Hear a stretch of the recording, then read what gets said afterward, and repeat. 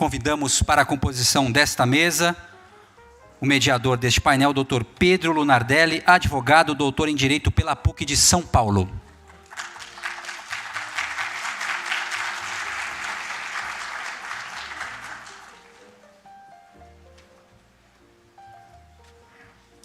Convidamos os ilustres palestrantes, a doutora Mariana Leles Vieira, procuradora da Fazenda Nacional, chefe da Divisão de Grandes Devedores.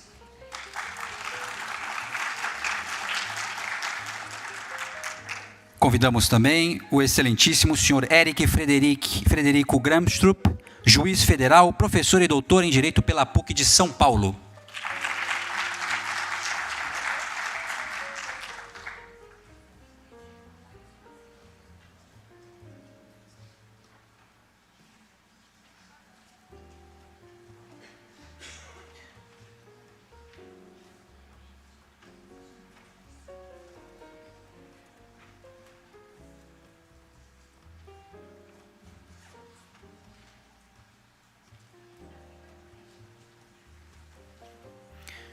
Senhoras e senhores, com a palavra, doutor Pedro Lunardelli.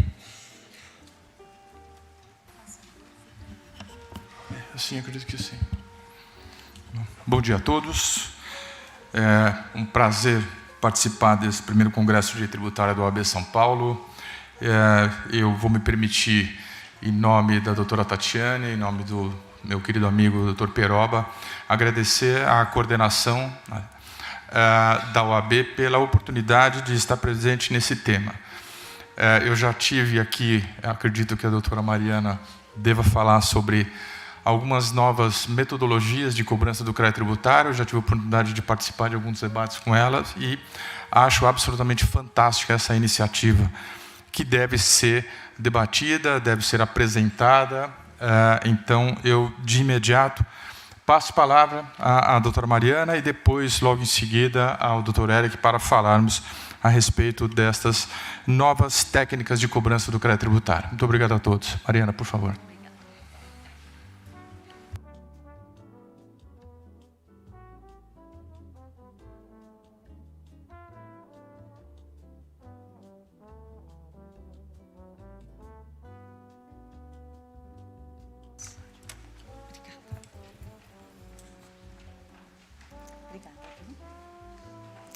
Bom dia, meus caros. Obrigada pela presença de todos, pelo tempo. Obrigada, Pedro. Obrigada, doutor Eric, por essa oportunidade. Eu vim aqui conversar um pouco com vocês sobre as inovações na cobrança do crédito tributário. Me pediram para falar um pouquinho mais detidamente sobre os PRDIs, que são os pedidos de revisão de dívida inscrita, administrativos, e os negócios jurídicos processuais. Eu tomei a liberdade de fazer uma coisa um pouquinho mais ampla, porque meu objetivo é mostrar para vocês qual que é a direção que o transatlântico da Fazenda Nacional tá indo, né? A gente, obviamente, a Fazenda Nacional tem seu peso e a sua movimentação não é rápida, imediata, as mudanças não são do dia para a noite. Mas as mudanças que a gente vai comentar aqui, elas começaram a aparecer ao público a partir de 2016. E eu quero mostrar um pouquinho para vocês qual que é essa direção, para onde a gente está indo, chegando agora na MP 899 da transação, recentemente publicada. Vamos começar passando o slide, né? Senão a gente não consegue. Pronto. Vamos começar falando um pouquinho quais são os fundamentos do novo sistema de cobrança. Da onde a gente está partindo e aonde a gente quer chegar. Acho que a principal mudança da postura da Fazenda Nacional advém do conhecimento do seu estoque de dívida ativa. A classificação de toda a dívida ativa da União, de acordo com o grau de recuperabilidade do crédito, a gente vai olhar um pouquinho isso em seguida, ela permite que a gente defina estratégias apropriadas para os diferentes perfis de contribuintes e de débitos, e permite que a gente traga esses novos instrumentos à tona. Nada disso era possível antes, pelo desconhecimento mesmo que a Fazenda Nacional tinha do seu próprio estoque. O que é aquela dívida? De quem a gente está cobrando? Né? Qual é o tempo que aquela dívida está inscrita? Eram informações muito perdidas, muito escondidas. Então, o primeiro passo foi o conhecimento do estoque. O segundo passo que a gente está dando e quer dar cada vez mais é a redução da litigiosidade, um incentivo brutal ao diálogo entre as partes, acabar um pouco com aquele ping-pong entre contribuinte e Fazenda Nacional, usando o judiciário ali de mesa de embate. A gente quer acabar com isso, aproximar as partes e tentar resolver os seus problemas da forma menos litigiosa possível. Vamos brigar? Óbvio que vamos. Tem discussões que merecem ser debatidas no âmbito do judiciário, mas nem todas, né? Então, esse é um segundo pilar do nosso trabalho. Isso se segue o fortalecimento da cobrança administrativa e o endurecimento no combate à fraude fiscal estruturada. Também a gente vai falar um pouquinho disso. Por fim, onde a gente quer chegar? Na eficiência, na racionalidade e na razoabilidade dos processos de cobrança. Menos briga, mais conversa, mais incisividade no combate à fraude. Acho que é esse o pano de fundo dos instrumentos que a gente vai conversar. O primeiro deles, então, é o rating da dívida ativa da União. Depois de um trabalho de alguns anos de coleta de base de dados, de estruturação dos dados para poder minerá-los, um trabalho que ficou escondido ali nos gabinetes de Brasília, mas foi um trabalho realmente hercúleo de coleta de dados. Hoje, a Fazenda Nacional estruturou todos estes dados, vindo dos mais diferentes órgãos do poder público, federal, estadual, muitas vezes municipal, enfim, tudo isso está ali no lago de dados da Fazenda Nacional. E isso permitiu que a gente fizesse uma classificação do rating, a classificação do estoque da dívida ativa de acordo com o grau de recuperabilidade. Hoje, os débitos são classificados entre rating A, B, C e D, tudo isso é público, está na portaria 293 de 2017 do Ministério da Fazenda. Os débitos são classificados, então, de acordo com o seu grau de recuperabilidade, seguindo uma técnica que é chamada do sistema bidimensional do rating. Isso significa o quê? Que a gente leva em consideração, para cálculo deste rating, tanto variáveis relativas ao débito, quer dizer o quê? Qual que é o valor da dívida? Quanto dessa dívida está garantida? Garantia é boa ou é ruim? Tem parcelamento? Tem suspensão por decisão judicial? Todos esses aspectos relacionados ao débito são levados em consideração na fórmula. Por outro lado, no outro eixo, né, da fórmula, existem as variáveis do devedor. E aí são os indicadores econômicos fiscais do devedor mesmo. Tudo isso, então, leva com que a gente possa classificar a dívida ativa da União e, a partir desta classificação quanto ao grau de recuperabilidade, definir estratégias de cobrança mais adequadas ao perfil de cada um dos devedores, concentrar esforços nos débitos com efetiva perspectiva de recuperação, num lado da balança, e no outro lado da balança, naqueles casos em que há indicativos de cometimento de fraude, que demandam aí uma investigação mais apurada e um trabalho mais incisivo. É aqui que a gente está concentrando nossos esforços atualmente, nesses dois itens. Um dos instrumentos que se seguiram, né, a esse esforço de classificação da dívida foi o regime diferenciado de cobrança de crédito, o RDCC, baseado no artigo 20C da 10.522, e em algumas portarias ali da PGFN. A 360 de 2016 foi a primeira, recentemente modificada por essa 520 de 2019. Resumindo muito o que é o RDCC, ele permite o arquivamento de execuções fiscais de baixo valor, que passam a ser sua cobrança pela via administrativa, que a gente vai falar em seguida. E ele, essa que está destacada aqui, acho que é a pedra de toque, ele faz com que o ajuizamento das execuções fiscais ou o prosseguimento das execuções fiscais seja condicionado à identificação de patrimônio, de atividade econômica ou de indícios de fraude. Isso significa o quê? Não vamos mais gastar tempo enxugando gelo, com execuções fiscais que não têm mais nenhuma chance de recuperabilidade. Essas execuções são arquivadas ou, muitas vezes, nem sequer são ajuizadas. O objetivo disso é balancear o custo da cobrança tributária. Eu sei que, do lado de vocês veem muito o custo da burocracia tributária, o quanto as empresas gastam com toda a burocracia tributária, mas, do nosso lado, a gente vê o custo da cobrança tributária. E custa caro ficar tocando processo que não leva a lugar nenhum. Então, a ideia é balancear o custo da cobrança judicial com a sua efetiva utilidade. e também incentivar métodos alternativos de solução de conflitos e de cobrança. Pra vocês terem uma ideia, esse gráfico mostra bem a quantidade de execuções fiscais que foram ajuizadas nos últimos 3 anos. Eu estou desconsiderando as previdenciárias aqui, tá?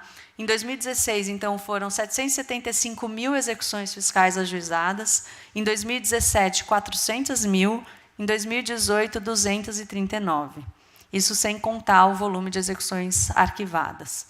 Então, a RDCC teve realmente um impacto muito grande para permitir que a gente parasse de enxugar gelo.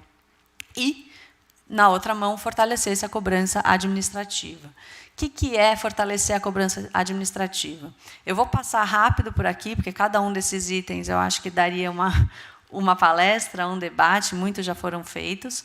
É a portaria PGFN 33, de 2018, que, no seu artigo 7º, traz ali uma série de medidas de cobrança administrativa. Muitas delas já são nossas velhas conhecidas, como a inscrição no CADIM e o impedimento à certificação de regularidade fiscal. São instrumentos antigos, mas muito potentes. E outras que são mais moderninhas, como o protesto da certidão de dívida ativa. Começou bem embrionário há uns anos atrás, e hoje em dia já está na estrada, rodando bastante. A comunicação das inscrições aos serviços de proteção ao crédito, aqui a gente está falando do Serasa, também é uma medida que está começando de forma paulatina e bem cuidadosa, mas já está na rua, já está começando a acontecer. A averbação pré-executória, esse sim é um tema que dá, acho que, alguns debates, né, mas o objetivo aqui é notificar, né, registrar nos órgãos de registros públicos a existência de dívidas para impedir ou minorar aquelas alienações feitas em fraude à execução fiscal, deixando o adquirente de boa-fé. Então, a ideia da averbação pré-executória é simplesmente afastar a boa-fé de eventual adquirente. Mas isso daqui também dá bastante pano para manga. Outra forma de cobrança administrativa, mas daí o impulso vem do contribuinte, são as ofertas antecipadas de garantia. Então, cada vez mais, os contribuintes vêm à Procuradoria, deixam de ajuizar tutelas antecipadas para apresentar a garantia diretamente à Procuradoria. A gente recebe, analisa, aceita, ajuiza a execução fiscal já com a garantia prestada. Aqui ainda tem alguns detalhezinhos operacionais que a gente tem identificado que precisa melhorar. Por exemplo, a apresentação de oferta antecipada quando o processo ainda não está inscrito em dívida. A gente sabe deste problema, né? O Regularize não deixa você ofertar sem indicar a inscrição em dívida. O que eu posso dizer para os senhores é que a gente já identificou esse problema, Brasília já identificou o problema, estamos trabalhando, é uma das demandas para a gente melhorar um pouco isso, poder fazer uma oferta antecipada só com o número do PA. Vamos ver para quando vem. Vamos lá. PRDI. Eu coloquei aqui essa plaquinha de via de mão dupla, porque eu acho que, se a gente está se dispondo a fazer cobrança administrativa, né, ir para o ataque administrativamente, a gente também tem que permitir que o contribuinte venha a nós administrativamente, acesse a Procuradoria, sem precisar necessariamente se socorrer do Poder Judiciário. E o PRDI é um desses exemplos. O PRDI é o pedido de revisão de dívida inscrita, um pedido administrativo também regulado pela Portaria 33. O objetivo dele é permitir que o controle de legalidade da inscrição seja feita de forma impulsionada pelo contribuinte, que pode, através de requerimento feito via Regularize, indicar algumas situações que retirem a rigidez da inscrição em dívida. Por exemplo, alegação de pagamento, parcelamento anterior à inscrição, por exemplo, suspensão da exigibilidade do crédito também anterior à inscrição, que inviabilizaria aí a inscrição em DAO, compensação, retificação de declaração, decadência, prescrição, algum outro tipo de vício formal. São diversas hipóteses de circunstâncias que permitem a revisão da legalidade da inscrição.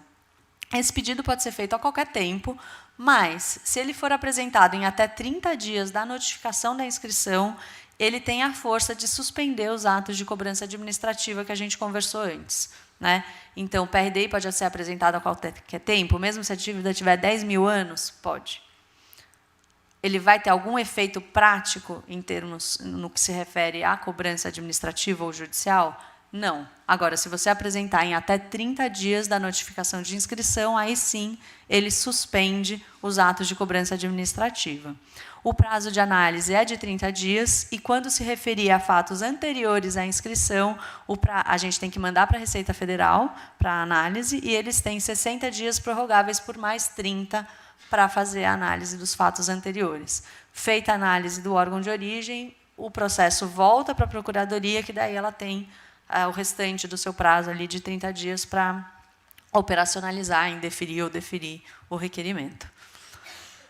Eu falei que tem várias circunstâncias que permitem a revisão administrativa de dívida. Realmente, tem várias, mas não são todas. Então, eu vou trazer aqui para vocês alguns exemplos de indeferimento liminar. São situações que a gente percebeu que aparecem e que não é o caso de entrar com PRDI.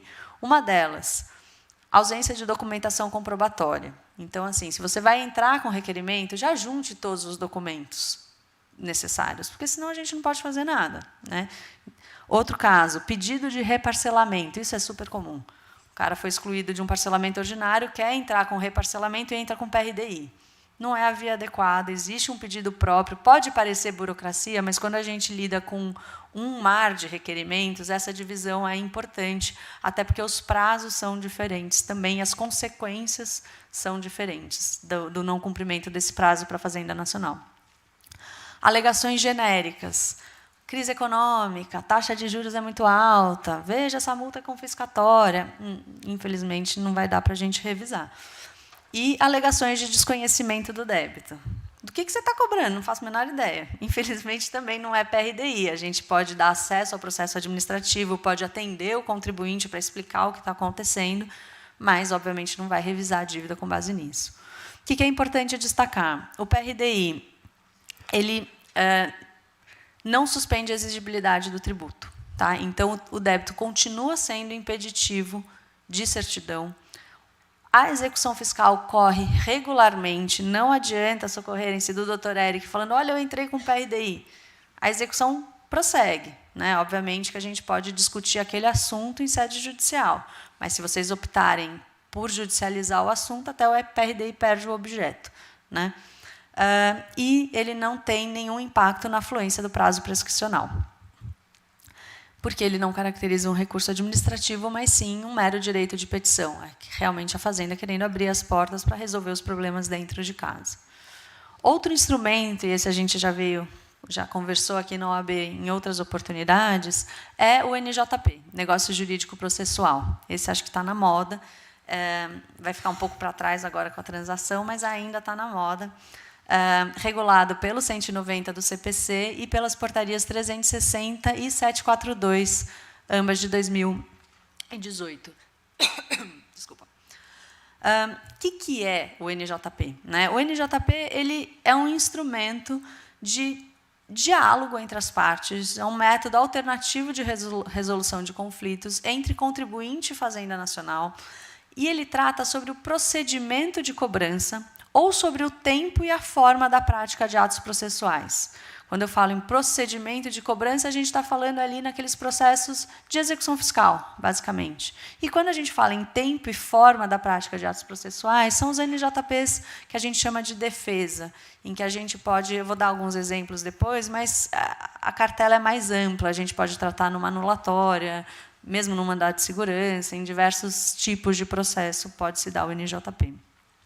Ele versa sobre o como cobrar e não sobre o que cobrar. E por isso que ele não permite a concessão de descontos e ele não suspende por si só a exigibilidade dos tributos.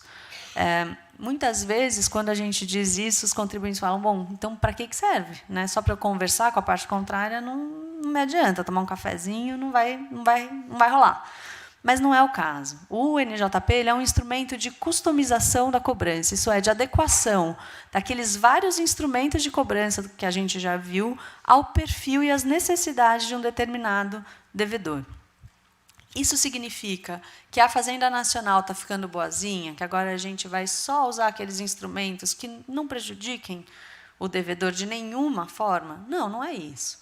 O que a gente quer fazer é que a cobrança se torne mais eficiente, mais racional, mais razoável e que a gente não queime a galinha dos ovos de ouro, bloqueando o Bacenjude à torto e à direito, mas, por outro lado, que a gente receba também o valor que nos é devido. O NJP visa, então, a essa customização, a essa adequação e a esse diálogo entre as partes. O que é importante é que o NJP ele passa por um juízo de conveniência e oportunidade da Fazenda Nacional. É muito importante que os senhores tenham em mente que, quando a gente está numa mesa de negociação, somos todos advogados, com os nossos clientes por trás. Tanto os senhores com as empresas respectivas ou pessoas físicas, e também os procuradores da Fazenda com a União por trás. Ambos buscam vantagens numa negociação dessas. Quais são as vantagens que a Fazenda Nacional procura? Acelerar a arrecadação. Então, a Fazenda Nacional ganha em tempo, arrecadação mais rápida. Em segurança, isso significa garantias mais líquidas, garantias mais sólidas, na redução dos litígios e, por consequência, na redução do custo da cobrança. Essas são as principais vantagens que a Fazenda Nacional olha quando está à mesa de negociação. Por outro lado, quais são as vantagens que a gente acredita que o contribuinte pode aferir através de um NJP? Um é o planejamento e a previsibilidade das constrições e dos desembolsos. É saber o como e o quando vai pagar, saber o que vai dar em garantia e não ser surpreendido por constrições que vêm, muitas vezes, de forma inesperada. Outro ponto, e esse eu considero um dos mais importantes, é a oportunidade do contribuinte passar para a Fazenda Nacional a história por trás dos números. Como eu disse para vocês logo no começo, a Fazenda se empenhou muito em aumentar de forma tremenda a base de dados a que ela tem acesso. Então, hoje, com alguns cliques, a gente consegue ter muita informação, muito número, muito gráfico. Mas eu não sei exatamente por que aquilo aconteceu. Eu não sei se aquela queda de faturamento se deu porque o contribuinte começou a desviar o faturamento para outra empresa, fraude, ou se ele passou por uma dificuldade, se aquele setor passou por uma dificuldade, se aquela empresa teve um problema com seu controlador, teve uma disputa familiar, enfim, tem várias histórias que estão por trás. Então, investimento em tecnologia que não deu certo. Tem várias histórias por trás desses números que a gente não enxerga. A gente enxerga os gráficos, as tendências, e a gente dá uma história para esses gráficos, nem sempre a mais adequada. Então, na hora que a gente senta à mesa de negociação e consegue entender o que está acontecendo com a empresa, o que aconteceu, onde ela quer chegar, quais são os problemas, quais são as dificuldades, e a gente tem visto que isso difere muito de uma empresa para outra. Isso permite com que a gente encontre soluções que agradem a todos. Também vantagem para o contribuinte, a redução de litígios e redução dos custos. Alguns exemplos de NJP, eu vou passar aqui rapidinho, que nosso tempo é curto. Um é o de calendarização do processo, ou seja, a gente pode estabelecer, por exemplo, uma perícia só para valer para mais de um processo, ou então estabelecer um prazo para que o contribuinte apresente uma documentação comprobatória e para que a Fazenda Nacional a analise, um prazo diferente dos processuais. Outro tipo de NJP, aceitação, avaliação, substituição ou liberação de garantia. Um exemplo aqui, que trata desse assunto. Até estava comentando com o doutor Eric mais cedo, um contribuinte, foi o primeiro NJP que eu fechei, um contribuinte tinha um processo em que estavam penhoradas ações da B3, que tiveram uma valorização nos últimos anos tremenda, e ele estava muito nervoso, porque a penhora tinha passado de uma penhora que dava ali no limite do crédito, e hoje ela estava excedendo e muito. Dava para garantir uma outra execução fiscal, que tinha acabado de entrar, e ele ainda levava um bom dinheiro para casa. Só que o mercado estava oscilando, isso faz alguns anos, época de eleição, o mercado oscilando, e o contribuinte simplesmente não dormia.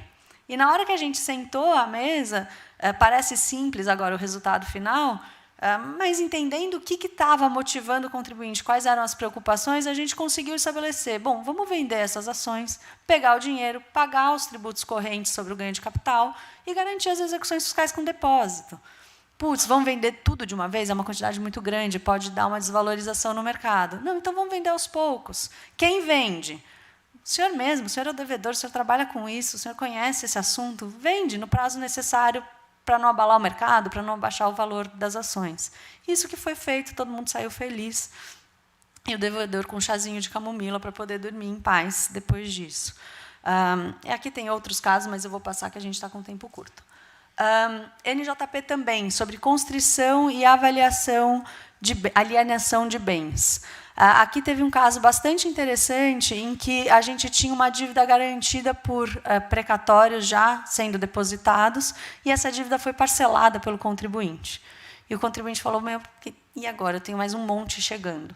Resumindo a história, a gente conseguiu liberar esses depósitos para que o contribuinte não garantisse, mas pagasse a dívida nova, extinguindo aquele crédito tributário, e apresentou um bem à penhora, um imóvel que, em regra, a gente não aceitaria, sede da empresa e tudo, para garantir aquela dívida parcelada. Na outra mão, para continuar pagando as dívidas novas que tinham entrado, ele tinha um outro bem não penhorado. A gente acordou que ele mesmo fez a venda deste bem no mercado, a União entrou participando do contrato de venda do imóvel como interveniente anuente, e o adquirente do imóvel pagou a dívida. Então, foi uma coisa triangular. Vendeu o imóvel, a gente assinou, falando, adquirente, o senhor não vai ser pego com uma fraude de execução aqui, sendo alegada mais para frente, a adquirente paga para a fazenda. Todo mundo saiu feliz também. Outro exemplo de NJP são os planos de amortização. São aqueles momentos em que a gente senta e entende a contabilidade, os fluxos de caixa da empresa, para fazer um plano de pagamento que seja possível para a empresa, mas que também satisfaça os interesses da fazenda. Não dá para parcelar em 2.000 anos. Eu já recebi esse pedido. Não dá. Vamos lá. Quais são um exemplo desse caso? Teve um caso que a gente tinha uma empresa grande com um parcelamento em vias de rescisão, e conversando com o contribuinte, a gente entendeu que o contribuinte tinha se endividado pesadamente junto às instituições financeiras para conseguir fazer frente ao pedágio deste parcelamento. O senhor sabe que o PERT exigia um pedágio de 20%, e que ele também tinha usado esse empréstimo para regularizar a sua situação junto ao governo estadual.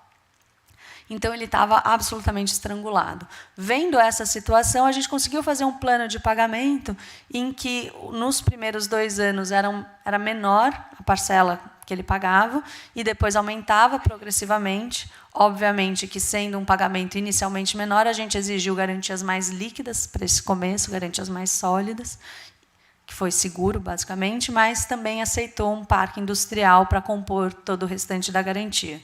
Então, foi um negócio que a gente discutiu muito. O negócio, a contabilidade, o que estava acontecendo, o que era possível fazer, e também garantir um pagamento rápido para a União.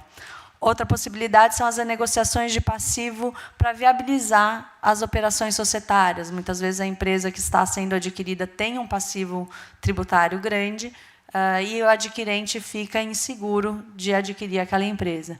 Mesmo antes do negócio ser fechado, vocês podem vir para a Procuradoria, que a gente também pode negociar uma forma de equacionar esse passivo que viabilize a operação societária. Bom, o que a gente olha para fechar esses NJPs? Primeiro, fazer uma auditoria do passivo fiscal, e isso em cooperação com o contribuinte. Muitas vezes vocês têm um conhecimento muito maior do estoque da dívida de vocês do que a gente. Isso significa o quê? Se tem coisa que pode ser cancelada, afastada, revista, a Fazenda faz. E tem muitas hipóteses em que essa revisão é de ofício. Muitas vezes a gente só não fez porque a gente não foi alertado, a gente não viu naquele mar de dívidas. Então, se o contribuinte traz, falando, olha, aqui está decaído, aqui prescreveu, a gente vai revisar. A gente olha as chances de êxito do processo e também os indicadores econômicos fiscais do contribuinte e a segurança da garantia prestada e diversos pontos de controle ali para se o negócio for rescindido.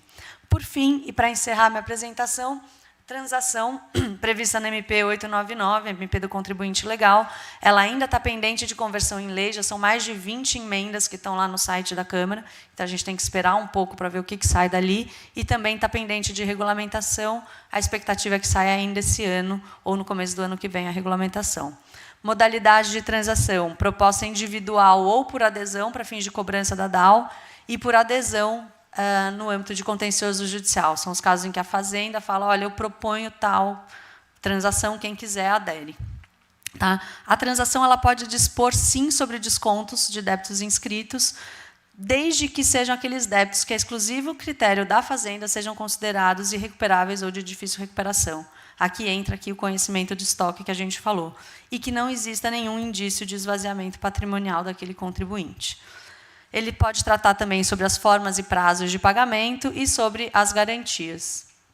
É vedada a transação que reduz o montante do principal do débito, que reduza multa agravada, multa de natureza penal ou que trate do Simples Nacional, FGTS ou débitos não inscritos.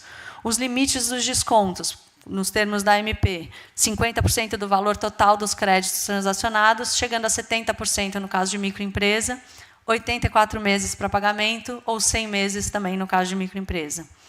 Formas de transação, temos a por adesão, em que a Fazenda propõe e os contribuintes aderem, e a proposta individual, que é aquela realmente customizada para cada um dos devedores, que podem ser impulsionadas pela Fazenda ou pelo próprio contribuinte. Só para acabar, a mera proposta de transação não suspende o crédito tributário, mas uma vez ela firmada e versando sobre moratória ou parcelamento, aí sim suspende a exigibilidade. Pontos ainda pendentes de regulamentação. Quais vão ser os critérios utilizados para a aferição do grau de recuperabilidade? É importante que sejam critérios públicos, para que os contribuintes também possam se conhecer. E as alçadas de valores, porque a gente já sabe que, em alguns casos, a gente aqui no chão de fábrica vai poder assinar, em outros tem que subir para o geral, em outros até para o Ministro da Economia. Isso vai ser apresentado na regulamentação também. E quais vão ser as hipóteses de transação por adesão, em que a Fazenda propõe. Também isso depende de regulamentação. É isso, desculpa a correria, que são muitas novidades. Obrigada.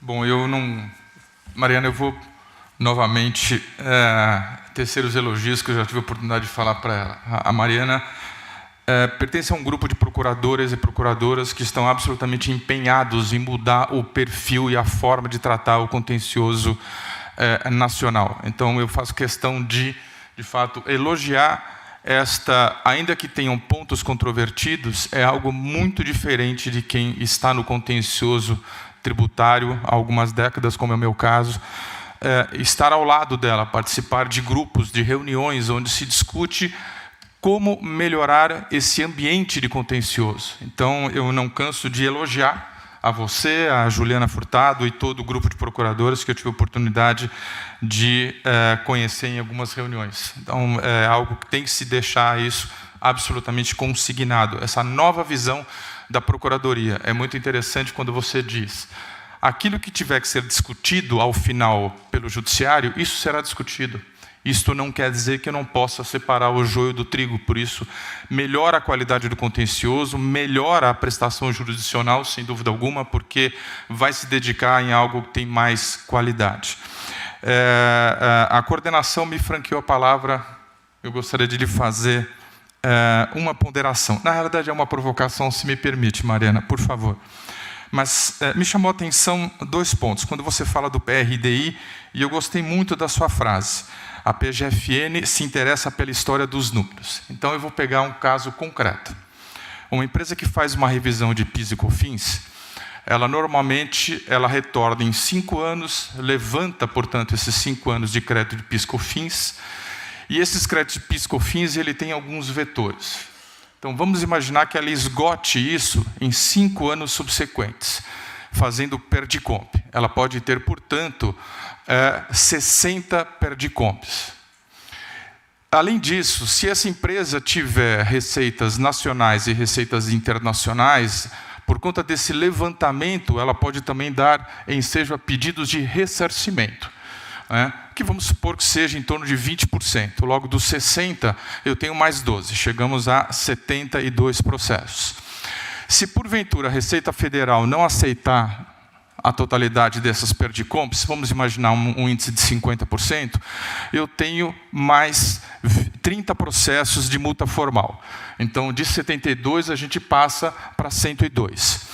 Isso também pode ter mais alguns autos de infração na medida em que, nesta reconfiguração, nessa reapuração que a Receita Federal faça, ela identifique falta de pagamento do débito por conta que não houve crédito suficiente. Então, vamos supor que vem aí mais uns 5 autos de infração, estamos falando de 117 processos. Desses 117 processos, A situação da legislação atual diz que eles correm independentemente e facultativamente poderão ser reunidos no CARF, se isso for aceito ao tempo em que eles chegarem ao CARF. Bom, a dúvida que eu tenho é, e eu acredito que vocês devam enfrentar isso, como isso deve ser também uma situação bastante comum no âmbito empresarial brasileiro. Esses processos andam de forma atemporal, no seguinte sentido: não há uma reunião obrigatória desses processos, quer no âmbito da Receita Federal, quer no âmbito do CARF. Logo, eu posso ter um primeiro débito chegando para ser inscrito em dívida, que nominalmente ele é líquido, certo, mas ele é absolutamente vinculado a uma reapuração que venha a ser feito daquele primeiro débito que eu pensei, porque na medida que eu venho fazendo a reapuração da não cumulatividade, aquilo que é líquido nominalmente, no contexto da reapuração, ele se torna ilíquido. Seria possível trabalhar com PRDI? É uma provocação. É uma provocação das mais duras. O nosso contencioso hoje, eu não tenho um percentual, mas realmente acima de 50%, 60% é compensação. É um contencioso muito duro e realmente traz muito problema. A gente, na Procuradoria, a gente tem uma certa limitação, porque a gente consegue simplesmente, recebendo esses processos que eles vêm realmente soltos da Receita, vêm para inscrição, então eles chegam na nossa mão isolados, separados. E muitas vezes para a gente é difícil saber que estão todos concatenados. A gente teve um caso agora de uma grande empresa que chegou a nós antes da inscrição e falou: olha, é tudo relacionado a essas 4 decomps. Eram 100 débitos, e os débitos eram IPI, então estavam espalhados no Brasil inteiro. Nesse caso, a gente conseguiu agir antes. A gente conseguiu entrar em contato com as 26 delegacias envolvidas, pediu a inscrição, trouxe tudo para São Paulo e ajuizou uma execução fiscal só. Foi um trabalho assim, hercúleo, gigantesco. Foi possível fazer, dado ao tempo que o contribuinte chegou e a especificidade daquela situação, e era um débito de 400 milhões de reais somado, então fazia todo sentido a gente entrar e ter esse esforço. Agora, a gente sempre vai conseguir fazer isso? Não, porque muitas vezes os débitos realmente estão em fases separadas na Receita. Eu acho que aí a gente tem que tratar mais da regulamentação desses procedimentos de compensação, da própria normatização desses procedimentos de homologação, para que, quando venha a inscrição, seja uma coisa mais racional. O que eu posso te dizer é que, se a discussão for a mesma, a discussão de fundo for a mesma, vale a pena vir conversar com a gente, porque, de repente, a gente consegue mapear quais são os processos, entrar com uma anulatória só, ou, enfim, de alguma forma, racionalizar essa discussão. Acho que é isso. Perfeito. Muitíssimo obrigado. Eu passo a palavra ao professor Eric. Novamente, muito obrigado pela presença. Por favor. Senhoras e senhores, um pequeno recado. Tem uma mesa na lateral dos assentos dos senhores, caso precisem, tá?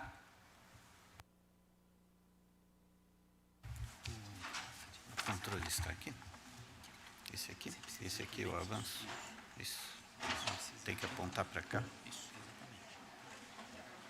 Mas espera aí, esse que não está funcionando. Vamos ver. Ah, tá. Ok. Ok.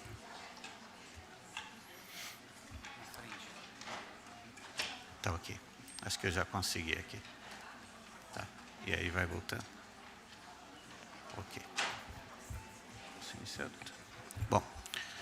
Bom dia, senhoras advogadas, senhores advogados. Antes de iniciar, queria dirigir uma saudação ao Dr. Pedro, presidente da nossa mesa, à doutora Mariana, que nos encantou aí com a sua exposição tão objetiva, prática, e cheia de detalhes que eu tenho certeza que são novos para muitos dos operadores do direito. E queria apenas referir o seguinte: não é a primeira vez que eu venho a esta casa para tratar de questões tributárias ou até de processo tributário. É a primeira vez, certamente, que venho a um evento tão grande, tão rico em público, em qualidade, pelo que eu parabenizo a organização. E já tive outras ocasiões, ainda na sede antiga da OAB, onde nós discutimos questões, mas, claro, dentro de um universo um pouco mais restrito. Mas são ocasiões que eu gosto sempre de marcar, porque antes de ser juiz federal, eu participei da nossa profissão berço, que é a profissão de todos, a profissão honrosa de advogado. Advogava com muito orgulho, tinha muito orgulho da minha OAB, e sempre fico feliz ao retornar aqui, quando tenho a ocasião de lembrar daqueles tempos. A organização me propôs como tema algumas questões envolvendo o processo tributário e, naturalmente, o processo de execução fiscal. Algumas situações que representariam uma novidade ou relativa novidade, e foi no sentido de tornar essa discussão um pouquinho mais amena, né, que eu organizei esses slides, tentando organizar as ideias de uma forma um pouquinho mais prática, já que o assunto em si ele é tão árido, né, como eu bem sei. Foram basicamente esses dois temas aí. A possibilidade da penhora eletrônica, né, o infame ou o famoso sistema Bacenjude, né, a penhora pelo sistema Bacenjude, anteriormente à citação do executado, né, e o segundo tema, a possibilidade de liquidação antecipada da garantia representada por carta de fiança ou seguro-garantia. Tá? Então, antecipada está aí entre aspas, nesse primeiro slide, porque, dependendo do ponto de vista que se tome, né, isso poderá ser considerado uma liquidação antecipada ou não. E são justamente esses pontos de vista que eu pretendo discutir logo a seguir. Então, prosseguindo, né, com o... Opa, agora já me atrapalhei de novo aqui com o controle. Prosseguindo com o primeiro tema, a questão da penhora online antes da citação. Bem, penhora online não é novidade, não é um tema propriamente novo. Ela foi uma criação da praxe, da jurisprudência, principalmente baseada em um convênio feito pelo Conselho Nacional de Justiça com o Banco Central, que já não aguentava mais, não tinha como atender às requisições feitas nesse sentido em papel. Então, foi realizado um convênio para que essas requisições de bloqueio de ativos financeiros se fizessem por forma eletrônica. Posteriormente, o Código de Processo Civil de 1973, que não previa essa forma de implementação de medida executiva, ele foi reformado para prever expressamente, atendendo aos reclamos dos operadores do direito que diziam: olha, medidas executivas são típicas, elas não podem deixar de existir com uma forma de previsão expressa pela lei. Isso foi atendido pela reforma do CPC de 73 e, posteriormente, o Código de Processo Civil vigente, o Código de 2015, passou a contemplar também expressamente essa forma de... Não é uma penhora nova, mas é uma forma de implementação de penhora de dinheiro ou demais ativos que sejam equivalentes ao dinheiro.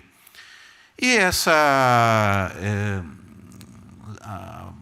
basicamente, o dispositivo que previu isso foi o artigo 854 do CPC de 2015, que, se for lido com todo cuidado, ele não é tão diferente assim da nossa legislação anterior, mas apresenta uma pequena diferença. E os senhores sabem que, em direito, as vírgulas, né, os expletivos, as conjunções adverbiais, os pontos, eles fazem uma grande diferença na interpretação da lei. Qualquer operador do direito que tenha pelo menos alguns meses de experiência já sabe disso, que há essa diferença toda.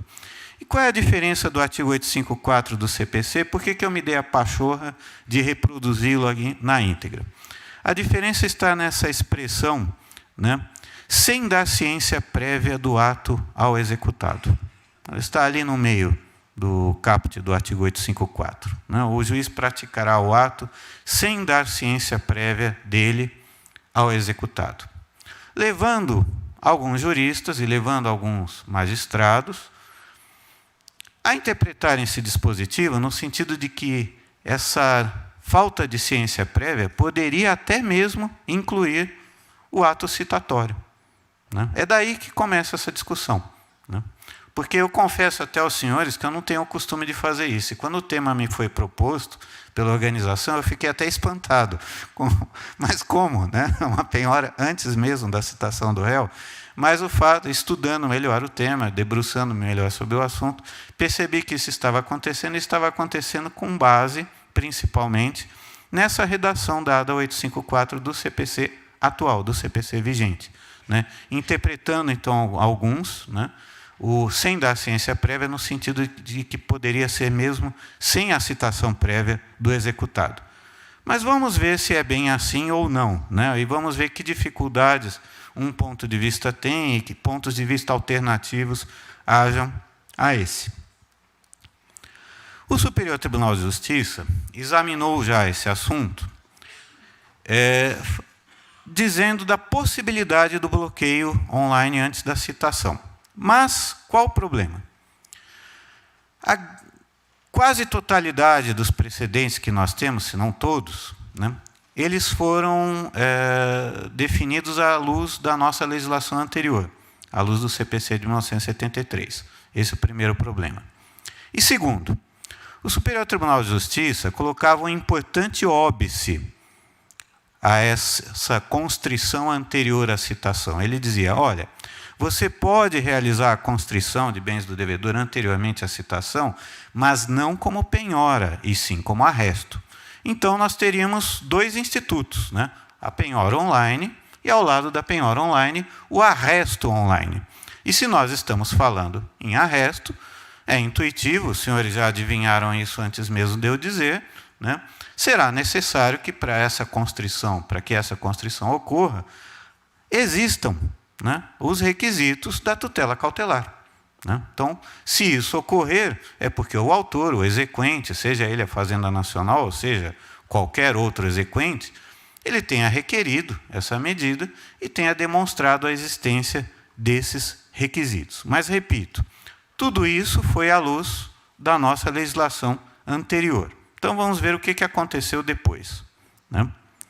Sob o novo CPC, nós temos esse precedente aqui, que eu também tomei a liberdade de transcrever, e, aliás, eu deixei esses slides à disposição da organização, que eu estou vendo que os senhores estão fotografando, mas, se quiserem, depois, por favor, a organização sinta-se livre para disponibilizar os slides aí ao público. Está gravado já aí no computador, né?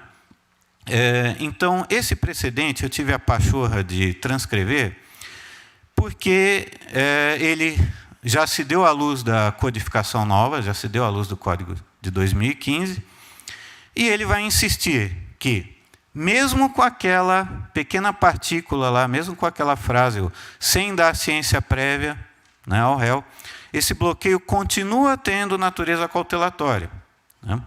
Então, para que ele seja efetivado, prossegue aí o excerto que eu estou citando, será necessária a demonstração dos requisitos da cautelaridade, né? Precedente do ministro Og Fernandes.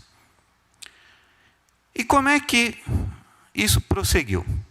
Bom, em outros dois julgamentos importantes, não mais o ministro Og, mas o ministro Herman Benjamin, né, não decidiu propriamente essa questão, mas levantou, en passant, levantou assim, de passagem, o problema, dizendo, olha, mas agora, com a nova redação que o CPC de 2015 atribuiu ao dispositivo da penhora online, nós vamos ter que rever esse assunto.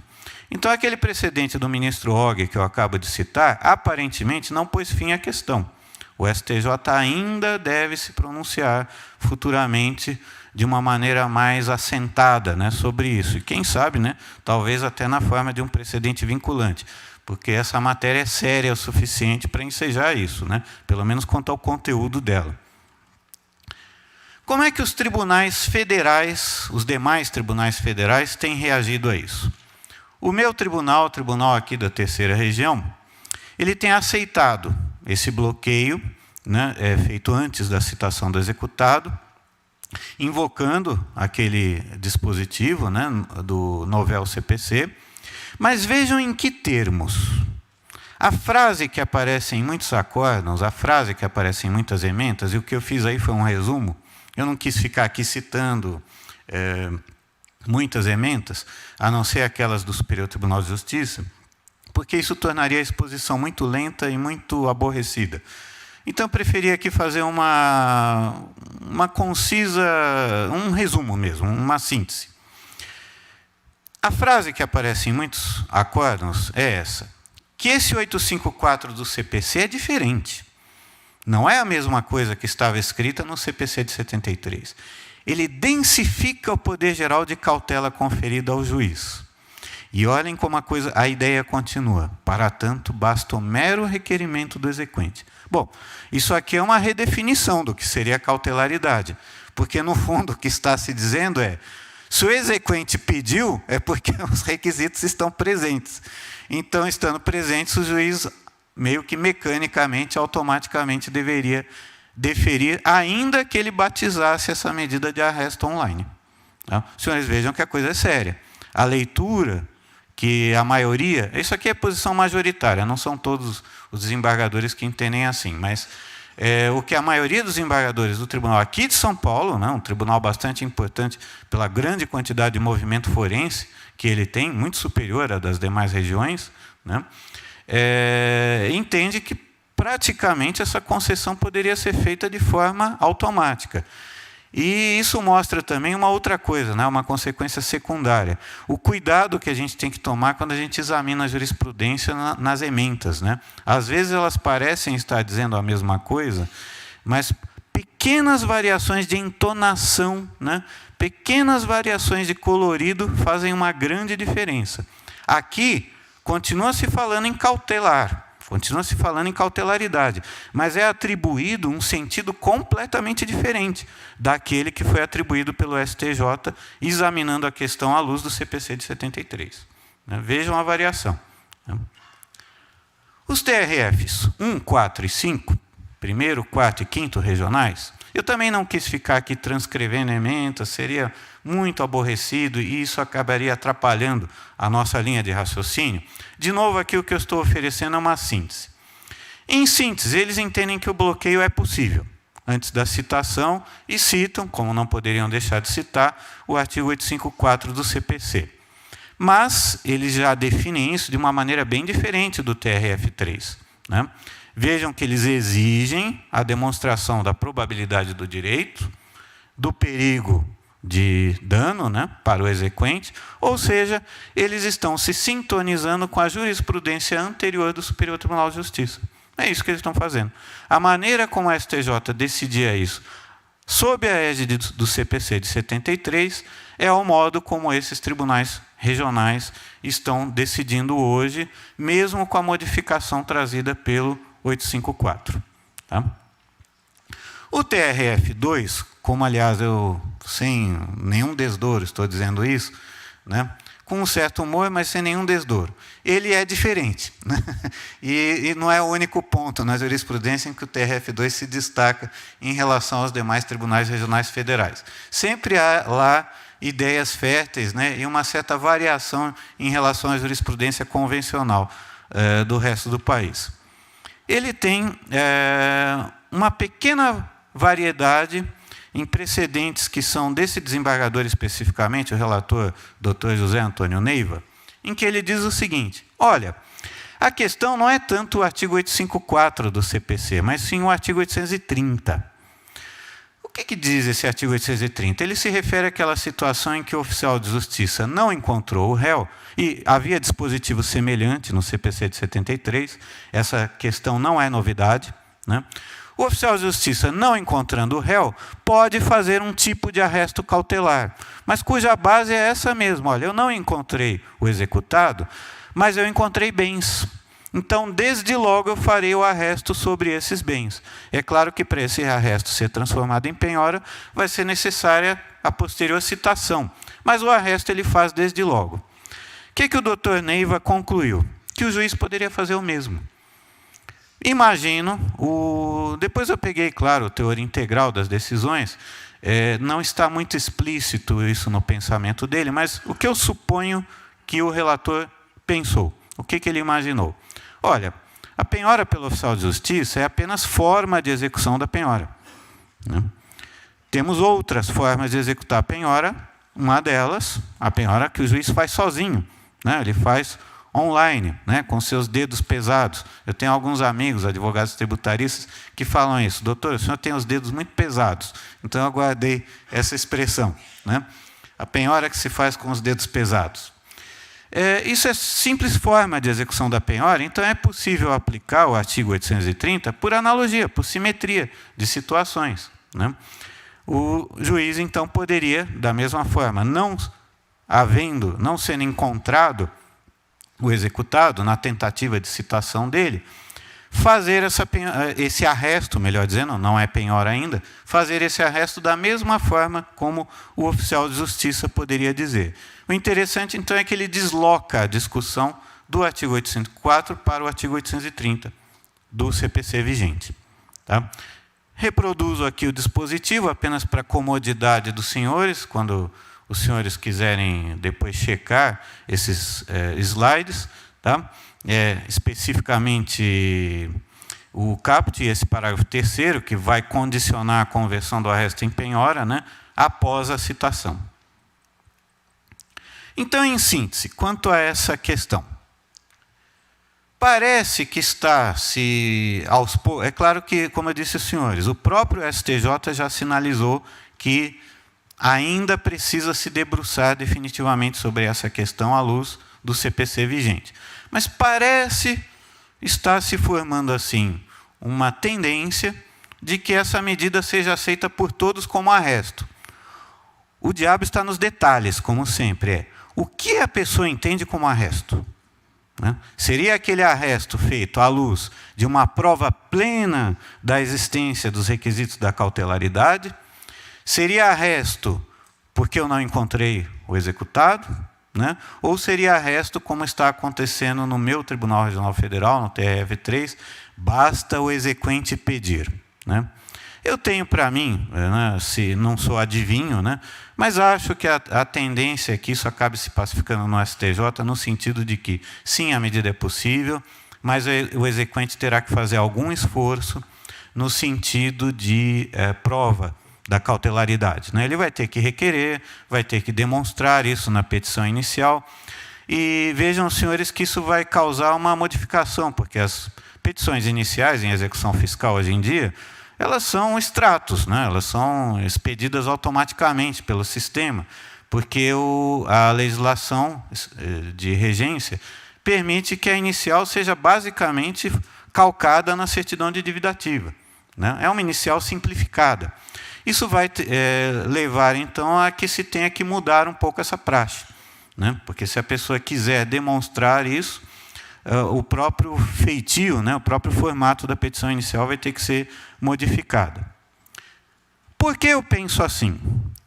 É só porque seria o mais razoável, né, ou que eu acho que seria mais razoável? Meu Deus do céu, falei demais, nem comecei o segundo tema. Eu vou apressar isso daqui.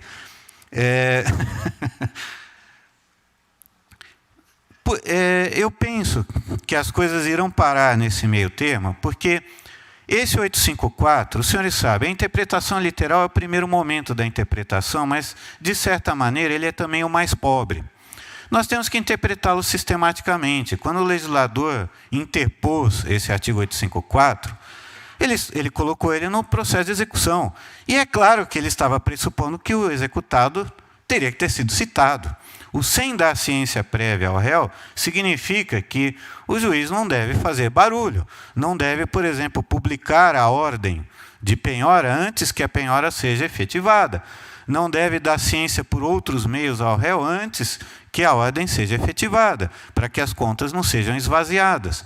Tá? Então, me parece que o que o legislador queria dizer era isso. Talvez também, eu imagino, que vai conviver esse arresto com cautelaridade plena com o arresto do 830 do CPC, porque me parece que a analogia aí é cabível. Tá? Vejamos, então, aqui, vou passar diretamente ao segundo tema e vou tentar resumir aqui os problemas, já que eu tenho aqui um prazo muito reduzido. Tá? O segundo tema diz respeito, então, à liquidação da carta de fiança e do seguro-garantia, antes do trânsito em julgado da decisão que julgou os embargos à execução fiscal improcedentes. Qual o problema envolvido? A apelação aqui não tem efeito suspensivo. E, segunda questão, a execução fiscal é uma modalidade de execução de título extrajudicial e, como tal, ela é uma execução de natureza definitiva. Algumas pessoas usam aqui a expressão execução provisória, mas, tecnicamente falando, essa expressão é errada, porque a execução fiscal é sempre definitiva. Tá? Então, julgados improcedentes os embargos de execução fiscal em primeiro grau, normalmente, vamos imaginar que tenham sido penhorados outros bens que não esses. É isso que eu estou pensando agora. Normalmente, a execução poderia prosseguir, os bens poderiam ser escutidos por qualquer daquelas formas, alienação em leilão, alienação particular, qualquer daquelas formas previstas hoje no Código de Processo Civil.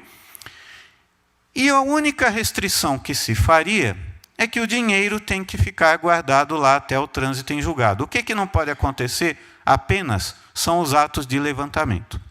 Agora, eu estava desenvolvendo esse raciocínio à luz de uma penhora qualquer. E se a garantia é representada por uma carta de fiança ou um seguro-garantia? Aí a discussão fica um pouquinho mais complicada. Tá?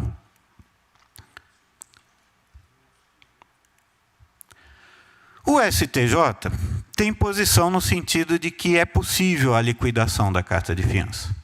Tá? Mas ele faz essa distinção importante entre liquidar a garantia e levantar o dinheiro, que é uma diferença que resulta da Lei de Execuções Fiscais, do próprio dispositivo específico da Lei de Execuções Fiscais. Ele vai dizer, olha, o depósito resultante da liquidação dessas garantias fica preso condicionado ao trânsito em julgado. Mas não seria impossível ao juiz determinar, claro que é requerimento do exequente, né? Acho que ele não deve fazer isso de ofício, nós não estamos em execução trabalhista, né?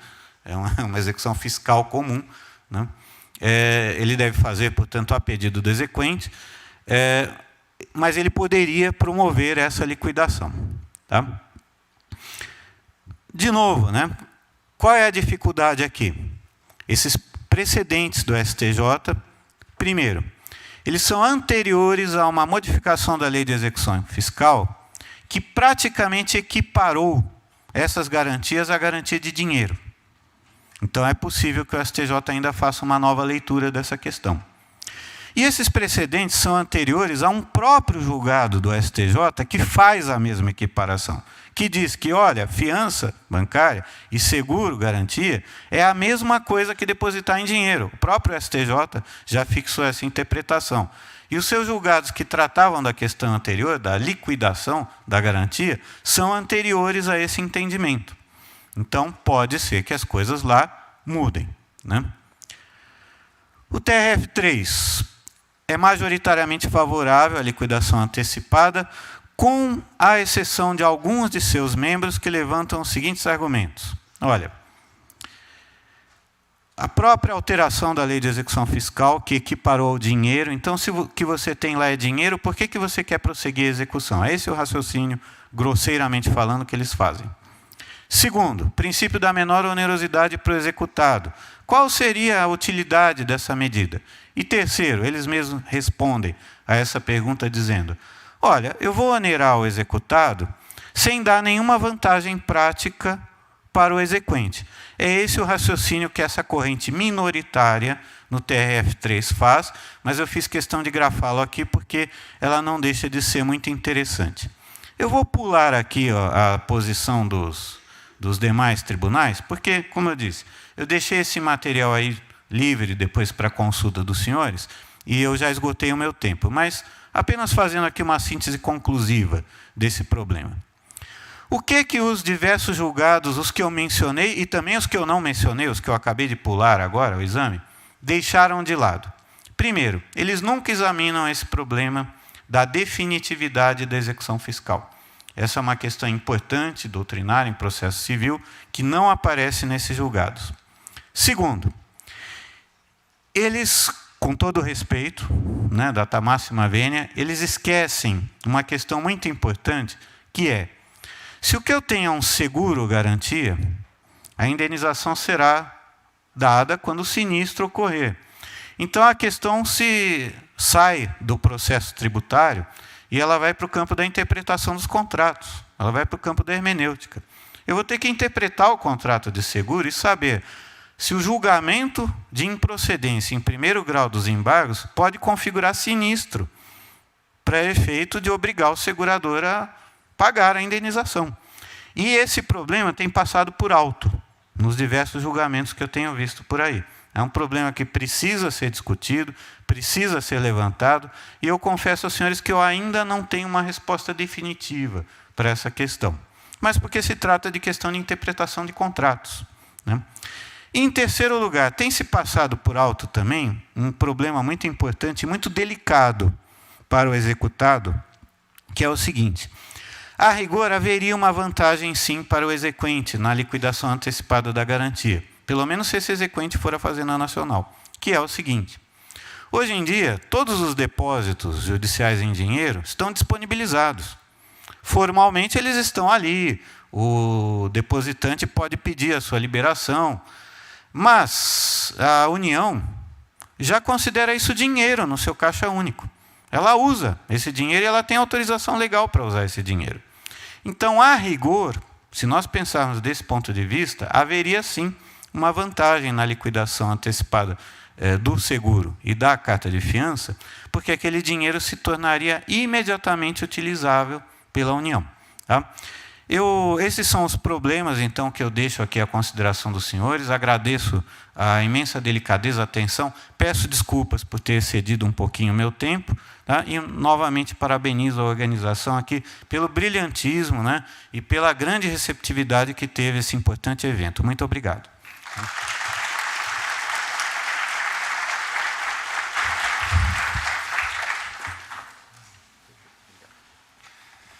Parabéns ao professor Hector. Eu vou, até por solicitação da coordenação, encerrar a mesa e, para que outra já se componha, tendo em vista o adiantar da hora, agradeço novamente à coordenação, parabéns pelo congresso, que outros desses venham, porque o sucesso é garantido. Até logo, muito obrigado, senhores.